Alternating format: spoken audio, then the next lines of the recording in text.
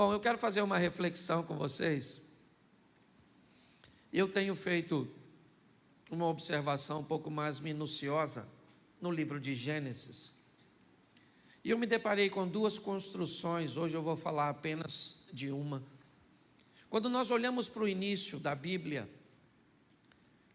nós vamos enxergar alguns princípios, algumas coisas que precisam ser observadas para entendermos o desfecho dessa história. A Bíblia nos diz que Deus é tão poderoso que, apesar de Gênesis ser considerado o início, ele também já estabelece, já prefigura uma visão do final.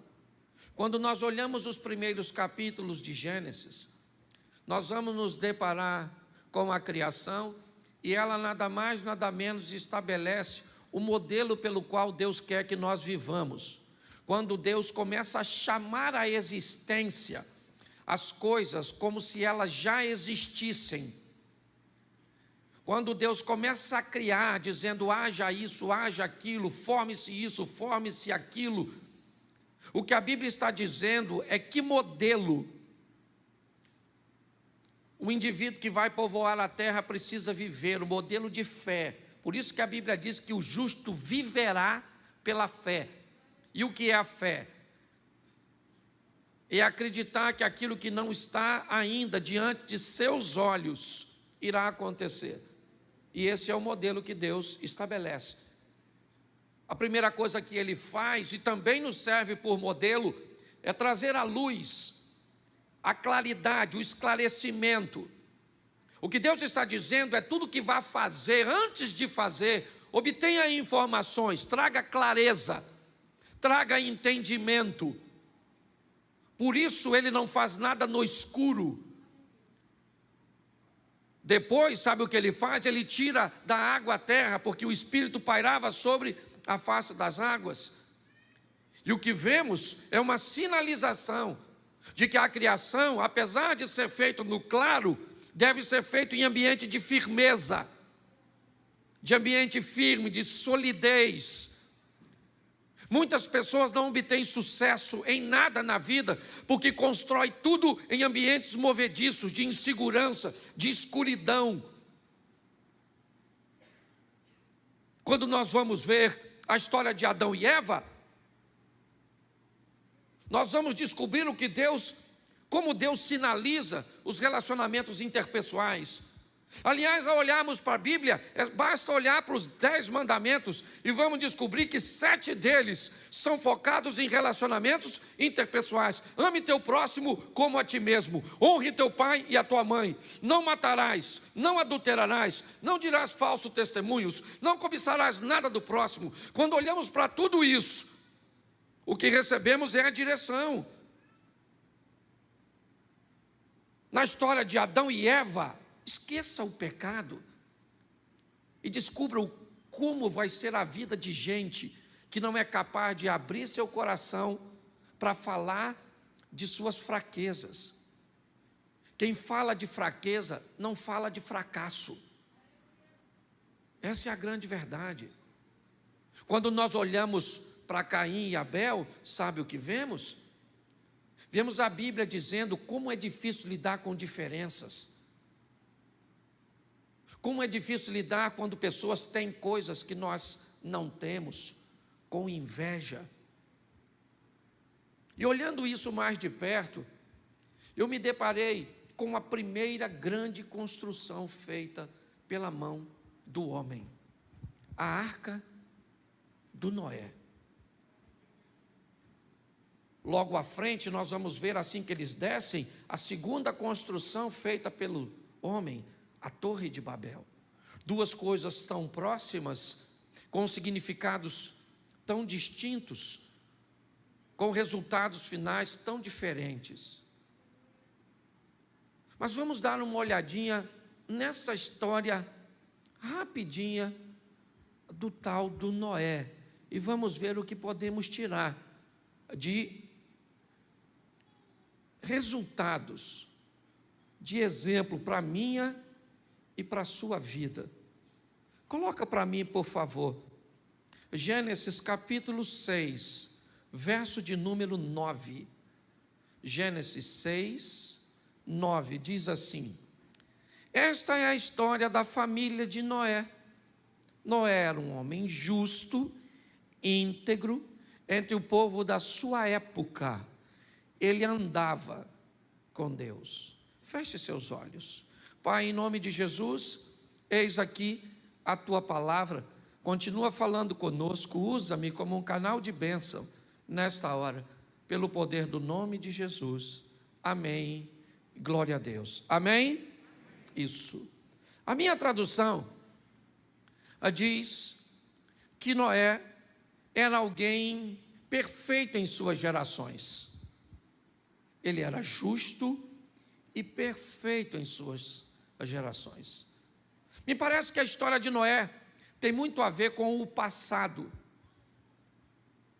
Quando nós olhamos, por exemplo, para o pai de Noé, Lameque, eu não sei te dizer o que ele fez, mas quando Noé nasce, ele lança uma palavra profética para seu filho de forma extraordinária, dizendo que aquele menino iria fazer diferença na sua geração, e fez. Quando eu olho para o avô de Noé, eu me deparo com nada mais, nada menos que Matusalém. Pastor, o que Matusalém fez? Eu não sei, mas a Bíblia diz que esse cara viveu 969 anos. Nem sei se isso é possível, se a contagem é como a nossa. Eu só sei que se eu olhar para um dos mandamentos, eu vou entender que o camarada que tem longevidade de vida é o que honra pai e mãe. Então eu poderia até dizer, mesmo num contexto meio movediço, que Matusalém era alguém de honrar família. Mas o bisavô de Noé era nada mais, nada menos que Enoque, um homem que andou com Deus e foi levado em glória. Pastor, o que você está querendo dizer? Que Deus está dando o perfil desse cara. E diga-se de passagem, não chega nem perto do nosso. Porque se a gente for depender de um pai, muitas vezes, para ser bem-sucedidos, se nós formos necessitarmos de um avô ou de um bisavô para sermos bem-sucedidos, nós estamos lascados. Então, quando nós olhamos para o exemplo desse cara, é fácil. É fácil olhar para ele e ver que seu histórico, seu pedigree, seu sucesso em ser colocado no rol dos heróis da fé dos hebreus,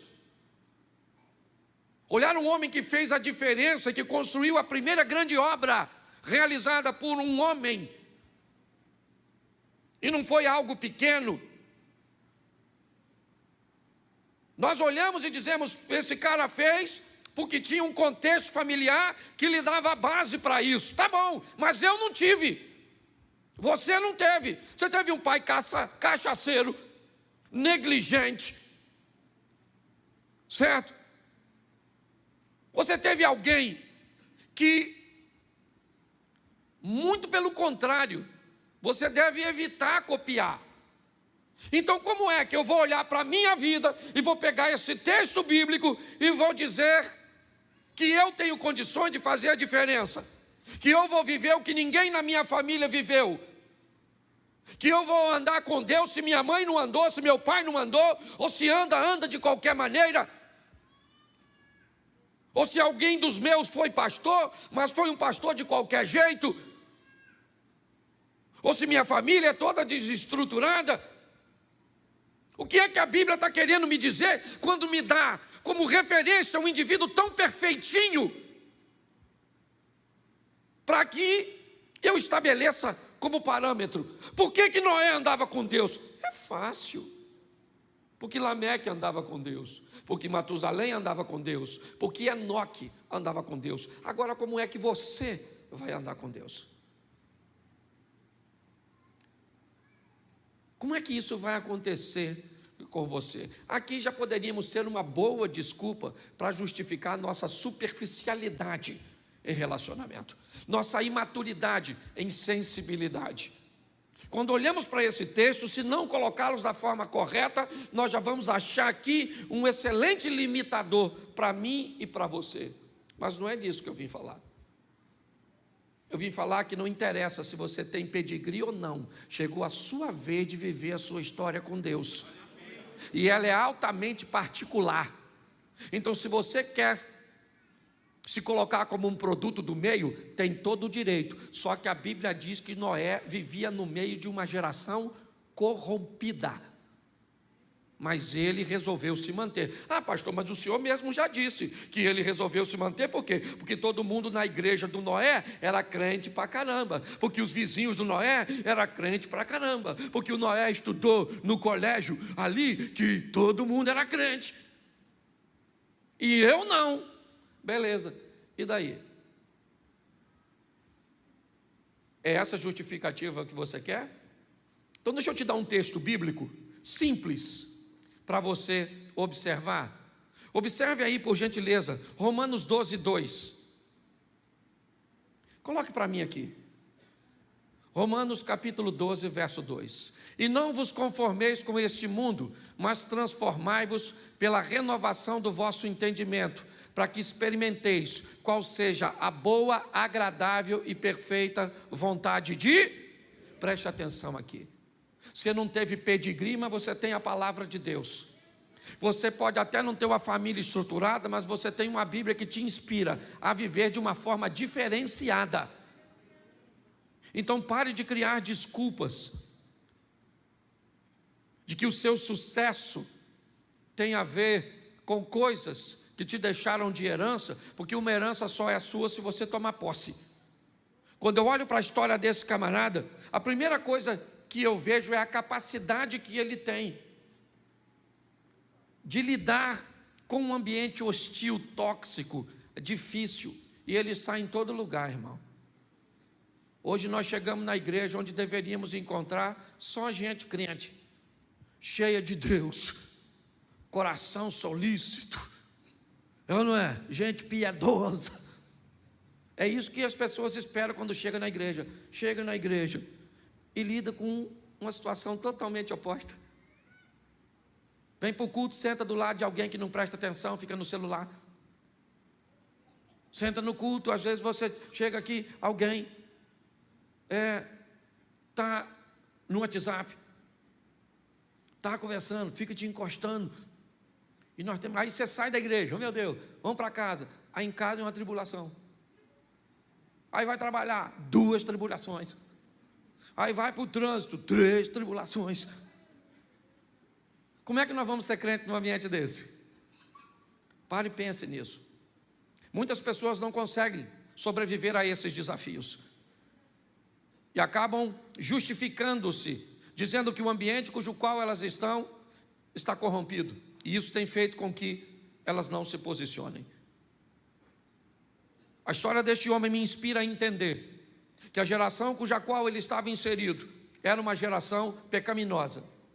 Mas ele conseguiu sobreviver. E ele, porque tinha uma estrutura familiar. Mas nós, porque temos o Espírito Santo de Deus. Se eu desse oportunidade para... Quantos aqui tem uma história triste para contar? Levanta a mão. Glória a Deus. Não dá nem para eu dar oportunidade. Senão o culto não acaba nunca mais. Porque quem não tem hoje vai ter amanhã, sim ou não? Então, meu querido, se você quer vir aqui, não, pastor, sofro muito, uma dificuldade grandiosa, isso aí é para todo mundo, meu filho. Você tem que sobreviver a isso. E você não vai, não tem história familiar, não tem vizinho, não tem parente, não tem. Então você tem a palavra de Deus, você tem, né, os exemplos que Deus te deixou para viver. Posso ouvir um amém? Amém. Isso. E o que esse cara vai receber? Uma missão. Qual é a proposta de Deus para Noé? Verso 14. Faze para ti uma arca de madeira de gofé, farás compartimentos na arca e a betumarás por dentro e por fora com betume. Preste atenção que aqui está a missão. Deus vai dizer para Noé o que Ele quer que Noé faça. E não é nada fácil. Não é algo cujo qual ele tem habilidade para fazer. Ele não tem expertise. Noé é um agricultor. O que ele está acostumado a lidar com plantio. É aquilo que ele sabe fazer. E um belo dia Deus aparece para ele e diz para ele: olha, Noé, eu preciso que você faça uma arca de madeira, porque eu vou trazer um grande dilúvio que vai inundar a terra. A sua missão é essa. Você vai construir isso. Mas como é que eu vou fazer? O Senhor está me pedindo algo impossível. Quando nós formos olhar mais à frente a história da Torre de Babel, não hoje, nós vamos ver que havia muita gente para construir, que tecnologia e que conhecimento já fazia parte do povo no que diz respeito àquilo. Mas a probabilidade de Noé ter sucesso nesse empreendimento é pequena demais. Mas o sucesso de Noé, é isso que eu quero que você entenda. O seu e o meu sucesso tem a ver com o aval de Deus. Você vai precisar de talento, vai precisar de conhecimento, vai precisar de muita coisa. Mas saiba de uma coisa, o mais importante é se Deus está contigo. Porque se Deus estiver com você, querido, se Deus é por nós, quem será contra? Descubra a sua missão. Ah, pastor, agora o senhor complicou. Porque a missão do Noé é construir uma arca. Qual o propósito dessa missão? Salvação. O propósito é salvação. E qual é a missão? Construir um local para que essas pessoas sejam salvas. Então deixa eu falar uma coisa que é universal. Se você não sabe a sua missão, eu vou te mostrar o que a Bíblia diz a respeito. Coloca para mim Marcos 16:15, por favor.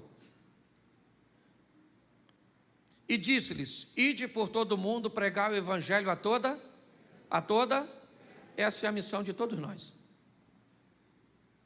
Ah, pastor, mas eu não sei pregar. Não pregue, viva.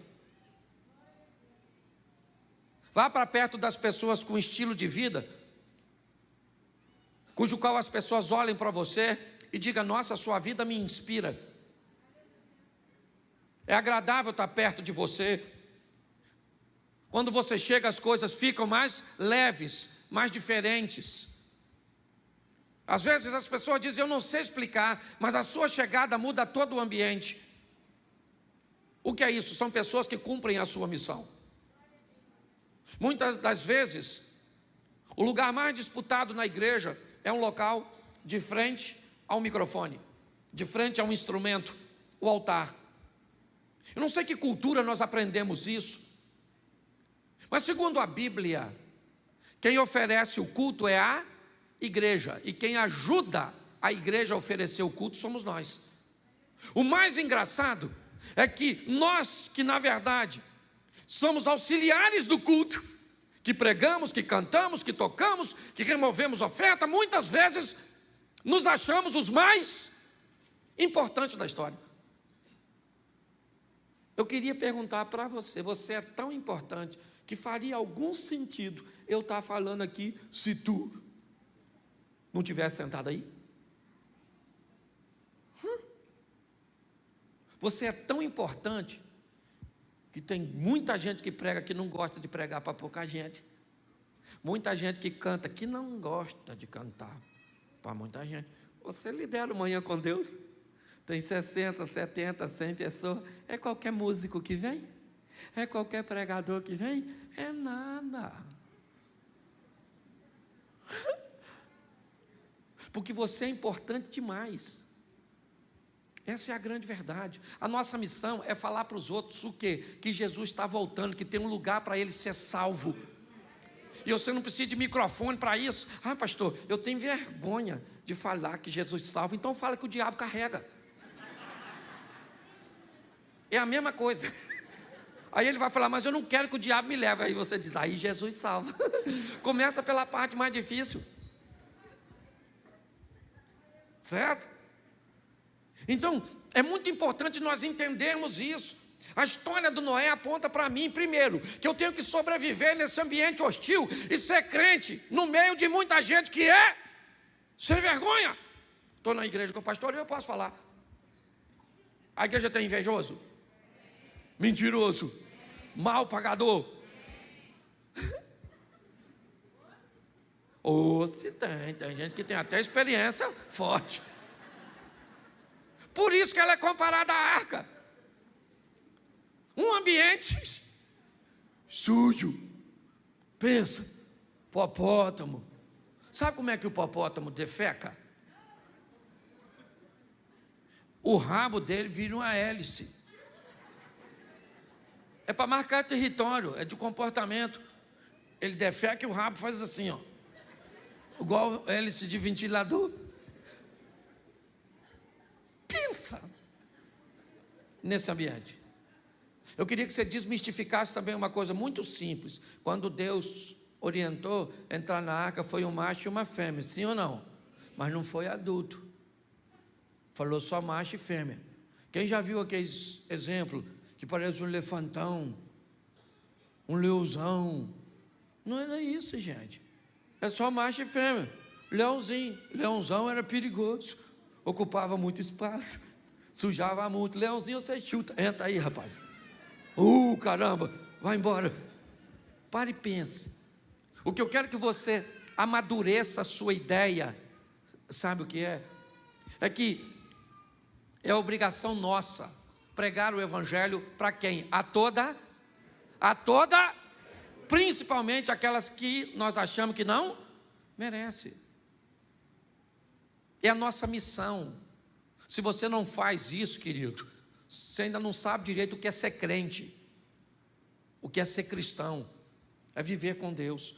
Faz quase 30 anos da minha vida que pelo menos, se pegar 30 anos, 10 anos, eu passei dormindo, porque a gente dorme 8 horas, 30%, 30 e pouco. Então 10 anos eu passei dormindo, e quase 20 anos, aí, pregando o evangelho, falando para pessoas que Jesus é bom, que Ele muda a história, que não interessa como você está sofrendo, Ele pode entrar na sua vida e dar um norte para você. Muitas pessoas me ouviram, outras sequer me ouviram, muitas me rejeitaram, mas não interessa, eu estou cumprindo a minha missão. É importante nós entendermos. Saia daqui hoje, para onde você estiver, pegar alguém, querido, você conhece Jesus? Não, pois bem, Ele te ama. Eu não sei nem falar mais quase nada, mas Ele quer salvar você, sabe? Ele te ama e quer te salvar. Você quer saber mais uma coisa? Vou na igreja, porque eu também estou no começo. Mas é assim que funciona. Se nós entendermos isso, essa é a nossa missão. Agora, terceiro, qual era o propósito disso? Para que é? Verso 19. Põe o 19, por favor. E de tudo que vive, de toda a carne, 2 de cada espécie manterás na arca, para conservares vivo contigo, macho e fêmea serão. Preste atenção. O que Noé está construindo é o único local que a salvação vai estar. Não vai ter outro. A hora que o dilúvio chegar, tudo aquilo que estiver fora da arca, eu acredito que você conhece um pouquinho de Bíblia, né? Existem umas coisas no Velho Testamento chamada tipologia, aquilo que aponta para Cristo, e a arca é uma delas. O único local onde haverá vida durante o dilúvio é a arca. O único local que haverá vida depois dessa morte, nós já vamos ver um pouquinho mais à frente, é em Cristo Jesus. E o grande desafio hoje de pregarmos o evangelho é o mau comportamento das pessoas que se intitulam cristãos e que vivem perto de nós. As pessoas me dizem assim: pastor, para eu ser crente igual meu vizinho, para eu ser crente igual meu pai, para eu ser crente igual minha mãe. E quem é que disse que tem que ser igual a ele? Porque quando você quer ser rico, você quer ser rico igual o Neymar. Aí na hora de pegar exemplo para coisa boa, você pega O exemplo lá em cima, mas na hora de coisa ruim, você prega exemplo negativo. Na igreja está cheio de gente crente, cheio de gente vivendo o extraordinário de Deus, cheio de gente, cheio do Espírito Santo de Deus. Mas nossos olhos parecem, eu como pastor, eu tenho muitos pastores amigos experientes, e às vezes eu vou falar com eles, eles falam assim: Cláudio, pare de olhar na igreja para pessoas com poucos resultados, para gente que está ruim. Para ela você continua pregando, mas olha para o cara que está trabalhando, olha para o cara que está mudando de vida, olha para o cara que está indo para frente, que é isso que vai te animar. Olhe na igreja para quem está vivendo o incrível, o extraordinário, sensacional, para a gente que está cheio de Deus, que está mudando de vida. Porque não tem outro lugar, irmão. Isso não é conversa fiada. Não tem, sabe, outro lugar para que sejamos salvos. É somente a arca, é somente Cristo. Nosso propósito é apontar para Ele, porque Ele é o único e suficiente Salvador. Me perdoe, os católicos, Maria não leva ninguém para o céu. Me perdoa os espíritas, não vai voltar de novo. Hebreus 9, 27, ao homem está determinado a morrer apenas uma vez, vindo depois da morte o juízo. O único local que nós vamos achar o direito de vida eterna é Jesus Cristo de Nazaré. É assim que funciona. Pastor, eu não acredito nisso, então peça a Ele para enviar o Espírito de Deus para a sua mente, para que você acredite, porque não é conversa fiada. Olhe para isso de uma forma mais intensa. O propósito disso, da igreja, é fazer com que pessoas vivam para sempre com Deus. Porque Romanos, coloca aí 3:23, porque todos pecaram e destituídos estão da glória de... Todos pecaram. E esse todos inclui você. Ah, pastor, mas eu nunca matei. Eu só minto. Mas eu também não matei. Eu falo isso aqui, tem gente que tem um orgulho do pecado pelo qual vai para o inferno. Não, igual o Covid está fazendo uma coisa que dá bastante, por exemplo. Quando alguém morre hoje, sabe o que você fala? Ah, morreu? Morreu, mas graças a Deus não foi de Covid. Infartou. Mas não morreu? Mas graças a Deus. Certo? Tem gente que tem orgulho. Eu vou para o inferno, mas não é para o adultério. É só porque eu sou nervoso e falo uns palavrão. Isso vai dar uma confusão lá na porta. Por que você veio? Eu nem pensei que vinha. E você? Você está rindo, mas é sério. Então todos, olha para quem está do lado e diz assim: todos, inclusive você. Isso. É só para ninguém ter mais direito a falar nada do outro. Todos pecaram, todos pecaram, certo? Ah, pastor, mas tem esse negócio de vida eterna mesmo? Bom, Lucas 16, 19. Vamos ver o que a Bíblia diz. Ora, havia um homem rico, que se vestia de púrpura e linho finíssimo, e vivia todos os dias regalada e esplendidamente. Verso seguinte. Põe o próximo. Havia também um certo mendigo chamado Lázaro, que jazia cheio de chagas à porta daquele. Preste atenção. Aqui nós temos dois indivíduos. Isso é só para exemplificar. Eu quero que você pegue a mensagem. Tinha quantas pessoas aqui? Quantas? Duas. Aqui figura um rico e um pobre, mas Jesus já vai desmistificar isso, certo? Lá em Lucas 19, onde ele entra na casa de um milionário chamado Zaqueu e diz: hoje salvação chegou a esta. Então a história aqui não tem a ver com que rico vai para o inferno e pobre vai para o céu. Não é dinheiro que leva para o céu, meu filho. Então desmistifica isso. Eu me orgulho de ser pobre. Vai ficar decepcionado quando chegar no céu. Rua de ouro, vai caçar lama e não vai ter. Aí você vai perguntar, onde é a roça daqui? Tem gente que nem tem que ir para o inferno mesmo, tem uma turma que tem que ir. Sério, sério, sério. Oh, Jesus, tem misericórdia. Certo? Então aqui tem dois homens, amém? Verso 22. 22.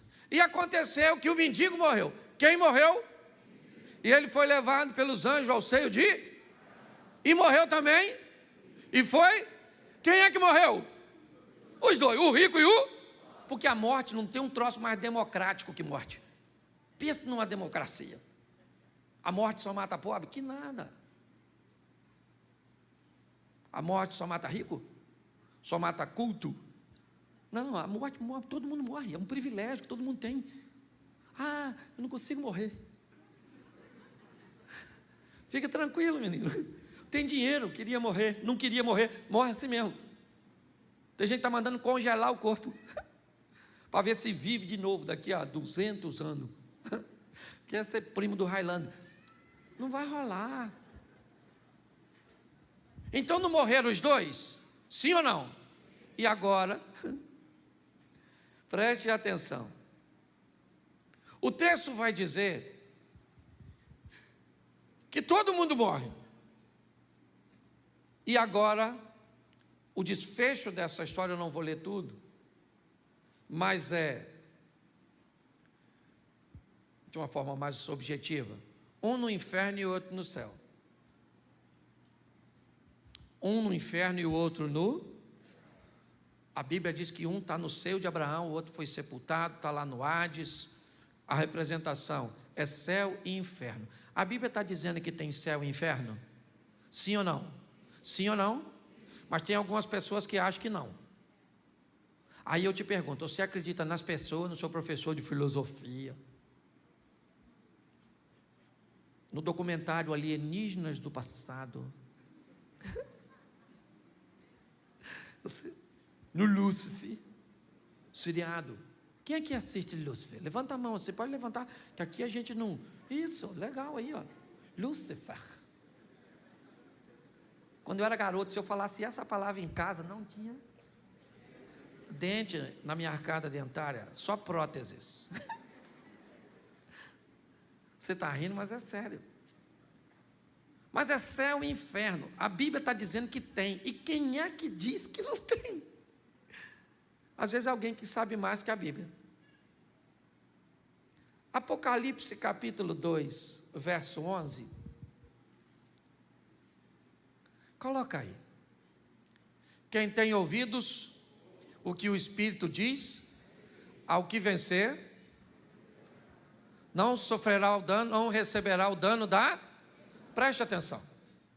Rico e Lázaro, os dois estão vivos, ok? Os dois morreram a primeira morte, sim ou não?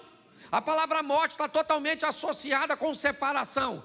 Porque o indivíduo morre, porque o espírito sai dele. Quando o espírito abandona um corpo, este corpo perde a vida. Todo o seu sistema de eletricidade, que faz o cérebro funcionar, o coração bater, ele se ausenta. Então, quando o espírito se separa do corpo, o corpo morre. E o que acontece com o corpo? Volta para... Mas entre corpo e espírito tem uma coisa chamada... E o que foi para o inferno e para o céu foi a alma do rico e a alma do Lázaro. Pastor, onde é que está o dano da segunda morte? Se a primeira é a separação do espírito do corpo, a segunda é a separação da alma de Deus. O que a Bíblia está dizendo é que a minha alma corre o risco de se separar de Deus, de ir para onde? Para o inferno. Pastor, há muito tempo que eu não escuto uma mensagem dessa, e nem esperava ouvir isso do Senhor. Pois é, querido, mas eu estou preocupado, porque nós estamos com igreja lotada, mas me parece que o céu vai ficar basicamente vazio, porque o povo está fazendo o que quer, vivendo de qualquer jeito. Aí vem para a igreja porque eu sou engraçadinho, acha que eu vou dar moleza. Querido, cuidado, que o Satanás está aí. Querendo o quê? Roubar, matar e destruir seu casamento, sua família, sua fé, te levar para onde ele está, porque a Bíblia diz que o inferno foi feito para Satanás e para seus anjos, mas ele não quer ficar sozinho, quer levar eu e você. Ah, pastor, mas é difícil. A tentação. Difícil só para tu? Você acha que é só você que gosta de ouvir uma sem vergonhice? Olhar para um lugar proibido, passar a mão no lugar. É o que eu falo aqui na igreja. Antes de casar pode fazer sexo? Não pode não? Mas a pessoa quer fazer? E depois que casa pode? As pessoas querem fazer?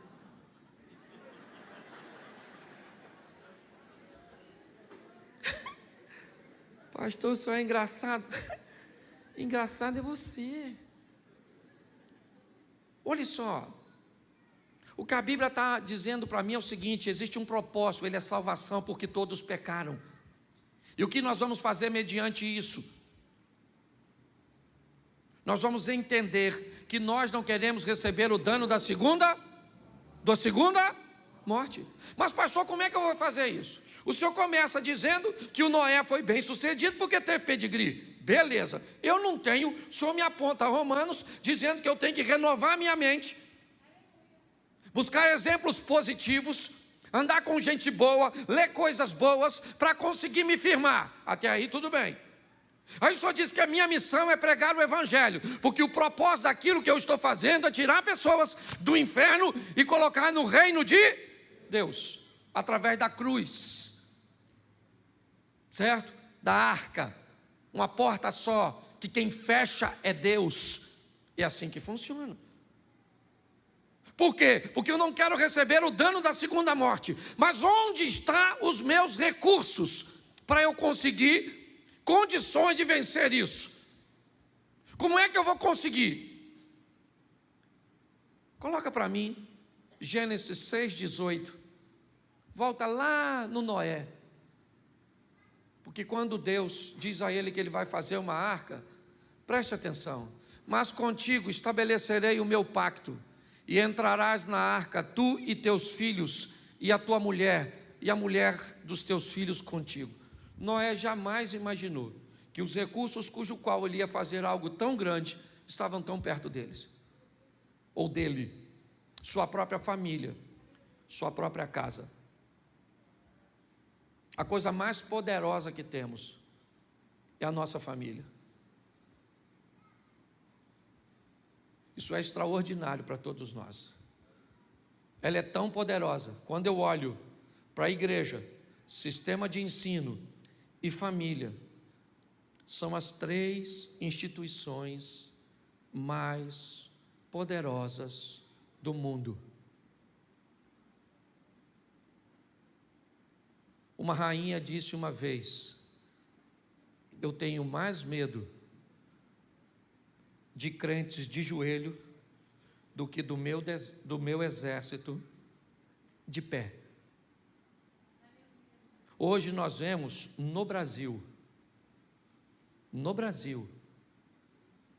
um esquema sendo construído em cima de uma agenda para destruir o nosso sistema de ensino, deformando matrizes nos nossos filhos. Segundo, proibindo a igreja de pregar a verdade. E terceiro, desconstruindo os valores familiares. Me perdoe, você pode ir embora da igreja, mas se você quiser falar comigo e tiver argumento, meu gabinete está ali. O William pode até autorizar a subir. Se você é crente e diz que quer ser comunista ou socialista, suba aquelas escadas e me fala uma história dessa de sucesso. Você sabe o que me deixa mais triste? É que a maioria das pessoas que dizem que querem ser e que acham que é certo, nem sabe o que significa. nem sabe quais os países hoje, nem sabe quanto o povo teve que pagar. Esquece Bolsonaro, eu não sou bolsonarista, eu sou pró-governo, é diferente, eu sou pró-povo. Eu não quero bem-estar de igreja, de crente, de hétero, de branco, eu quero o bem-estar do povo. Nossa nação merece respeito e é isso que eu tenho pregado aqui. É assim que funciona. Mas nós temos que entender o valor da família, o valor da igreja, o valor do nosso sistema de ensino. E como é que eu vou combater tudo isso? Com a Bíblia, é verdade. Com conhecimentos gerais, eu tenho que saber o que está acontecendo. Um povo alienado, que não sabe quase nada, lê muito sobre o pouco e fala muito sobre o pouco que lê. E o Espírito Santo de Deus. Nós precisamos disso, de Bíblia, de conhecimento bíblico. Sabe? Conhecimento bíblico. Meu Deus. Uma vez um garoto falou comigo assim: pastor, eu quero fazer uma tatuagem.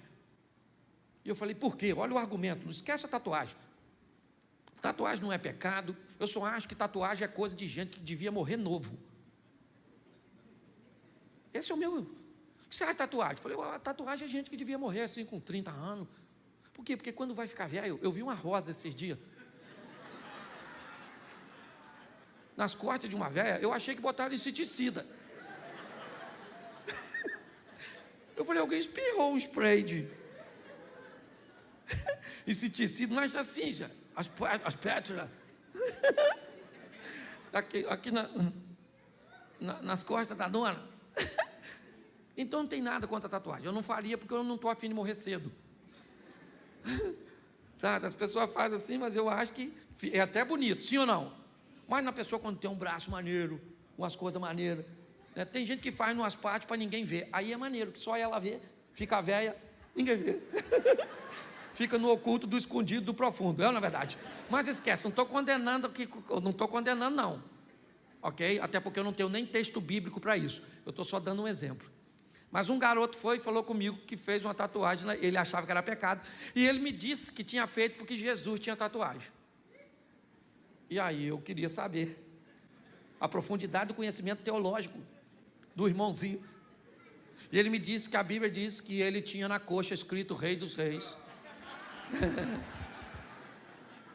e Senhor dos Senhores. E eu disse para ele que também esse indivíduo da coxa escrita tinha cabelo branco, olho de fogo e uma espada saindo da boca. Por que é que ele não fez os outros três? E ele começou a rir. Conhecimento bíblico nos faz entender que o que estamos fazendo primeiro não é pecado ou é pecado. E quando alguém vier com a historinha para nos confundir a nossa mente, nós temos conhecimento bíblico. Nós precisamos de uma igreja que leia a Bíblia. Quem aqui lê a Bíblia? Glória a Deus. Quem aqui já faz mais de um ano que não toca na Bíblia? Levanta a mão, por gentileza. Aqui ninguém para. Isso aí. Tem gente. E vocês que levantaram a mão estão sozinhos, não. Tem um montão de gente que nem levantou a mão, porque passa de um ano. Que eu nem perguntei isso. Nós vamos precisar, querido, sabe que é de conhecimento bíblico, a batalha, certo, no monte da tentação, lá próximo a Jericó, entre Jesus e Satanás, conhecimento bíblico. O diabo vai tentar te convencer. A ausência do conhecimento leva você e a mim à escuridão. Nós vamos precisar de conhecimento gerais para conhecer a história, o que já passou, ter um entendimento para não repetirmos os males do passado. Então não é só ler a Bíblia não, tem que ler boa literatura, escutar gente boa, se instruir. Posso ouvir um amém da igreja? Amém. Isso, povo alienado, às vezes que fica lá, ó. Não pode usar calça comprida, por quê? Mulher não pode cortar o cabelo. Vai para a África. Vai, aquele cantinho da África. Fala para uma mulher daquela não cortar o cabelo. Lá não tem um shampoo, não tem É só questão de tempo, pensa. Não, só não pode ser crente. Ah, mas lá pode cortar, aqui não pode. Por quê? Porque lá não é pecado, aqui é. Me dá um nervoso quando eu vejo essas histórias. Então vai ler a Bíblia, vai estudar, vai conhecer. E pastor, E mais o que eu preciso? Você precisa de uma intimidade com o Espírito Santo. Pastor, mas eu não enxergo ele. Você também não enxerga eletricidade? Mas enfia o dedo na tomada? Mas cadê a eletricidade que está lá? Então dobra seu joelho e fala para o Espírito Santo: Espírito Santo, você existe mesmo? Eu estou na igreja há tanto tempo, escuto falar de você, vejo nada. O povo canta no arrepio, o povo prega no arrepio, eu não choro, eu olho para o outro chorando, e eu me dá vontade de chorar de raiva, que eu não sinto nada, e eu não vejo nada, eu não falo. Mas se revela para mim, eu quero ter intimidade, eu quero andar próximo. Vamos viver uma vida realista, porque Jesus está voltando, meu filho. Aliás, eu acho que ele já saiu de lá, já está chegando. Entendeu? Já a trombeta vai tocar. E aí, ó, Claudinho, ó. Cadê pastor Cláudio? Vem no culto, não. Por quê? Jesus levou. Mas nós ficamos, então vamos fazer o culto nós. Certo? Então não vai dar não, meu filho. Vamos embora todo mundo para o céu. Você pode ficar de pé? Porque tem um povo lá fora que também está querendo ir. Quando você sair, você sai pela porta, né, de trás, o povo vai entrar por aqui, o pessoal lá de trás sai primeiro, 30, 40 segundos eles saem e dá para você sair. Feche seus. Você quer caminhar conosco, aquela sala ali atrás do cameraman, nós temos um pessoal lá para te receber. Passe lá e diga: ó, já estou caminhando com vocês aqui, estou querendo dar uma olhada em vocês mais de perto, para ver se dá para ser crente com vocês. Estou meio decepcionado de onde eu vim, não entendo direito o evangelho, mas estou interessado em caminhar aí com vocês. Então, dá um pulinho naquela sala, fale lá, ok? Isso, lá fora também, você que quer participar dos Casados para Sempre, o nosso trabalho aí de casais. Ah, pastor, não estou atravessando problema nenhum no casamento. Casado para sempre não é só para problemas, casado para sempre também é para prevenção, ok? Então venha investir no seu relacionamento. Feche seus olhos, vamos orar. Pai, muito obrigado, ó Deus. Muitas vezes nos faltam recursos. Nós gostaríamos de ter vindo e criado num lar totalmente bem estabelecido, mas isso não foi possível para a maioria de nós.